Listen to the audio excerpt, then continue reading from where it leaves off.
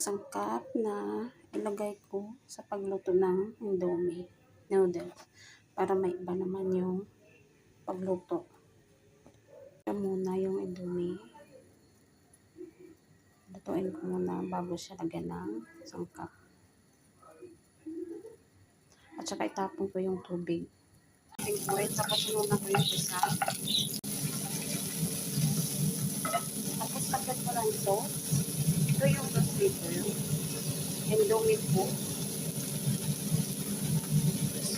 Matamis-tamis to yung sauce.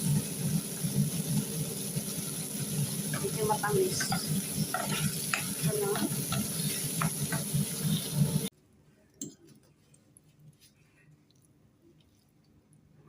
Sarap nito guys. Promise.